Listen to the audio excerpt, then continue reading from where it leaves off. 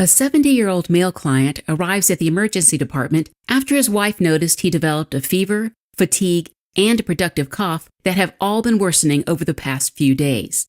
His medical history is significant for chronic obstructive pulmonary disease, or COPD. And on physical assessment, he has warm, flushed skin, tachypnea, and crackles in the lung bases. The healthcare provider suspects bacteremia secondary to pneumonia, so a blood culture is ordered. Okay, so normally blood is considered sterile, meaning in a healthy state there are no pathogens floating around. Our bodies have various defenses in place to maintain this healthy state, like the skin, which acts as a protective barrier, the mucociliary escalator in the bronchi, which moves mucus and pathogens up and away from the lungs, epithelial cells that line the urinary tract, which are highly impermeable to pathogens, and of course, the immune system, which fights pathogens and removes them from the body.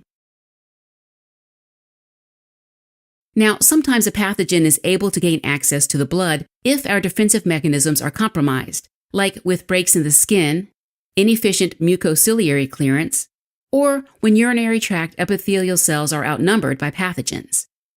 Pathogens can also enter the blood if a client is immunosuppressed, like in HIV or cancer. All right, so blood culture is obtained to detect the presence of pathogens like bacteria or fungi in the blood when there's a history of conditions that can predispose a person to an infection, when there are signs and symptoms of infection like leukocytosis, fever, or chills, or if a client has a known infection like pneumonia, cellulitis, or a urinary tract infection. The blood culture results are reported by the lab as the amount of growth after a specific number of days. A positive blood culture is an indication of bacteremia or septicemia. All right, let's look at the nursing care you'll provide for a client with suspected bacteremia. Priorities of nursing care are to assist in identifying and treating the underlying cause. First, prior to administering any antimicrobials, draw blood cultures using strict aseptic technique to reduce contamination of the samples. Obtain venous blood from 2 different sites using an aerobic and an anaerobic media culture at each site. Keep in mind that obtaining samples from 2 different sites is essential because if one sample grows bacteria but the other one doesn't, it's likely that the bacteria in the first culture is from a contaminant, like bacteria from the skin, and not the infecting organism. However, when both cultures grow the infecting organism, this indicates that the client has bacteremia caused by the organism growing in the culture.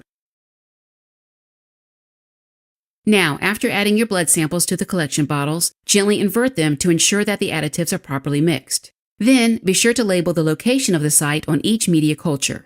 Send the samples to the lab promptly, since samples received more than 1 hour after collection can be rejected by the laboratory. Next, administer the prescribed antimicrobials, IV fluids, and other medications to treat the underlying cause. Finally, monitor your client's level of consciousness, vital signs, urinary output, capillary refill, and respiratory effort routinely to determine response to treatment, and obtain follow-up blood cultures to document clearance of the organism. All right, as a quick recap, blood cultures are typically drawn when there's a history of conditions that can predispose a person to bacteremia, when there are signs and symptoms of infection like leukocytosis, fever, or chills, or if a client has a known infection. When drawing a blood culture, 2 samples are taken from 2 different sites using strict aseptic technique. A blood culture is positive in bacteremia or septicemia. Priorities of nursing care are to assist in identifying and treating the underlying cause. Helping current and future clinicians focus, learn, retain, and thrive. Learn more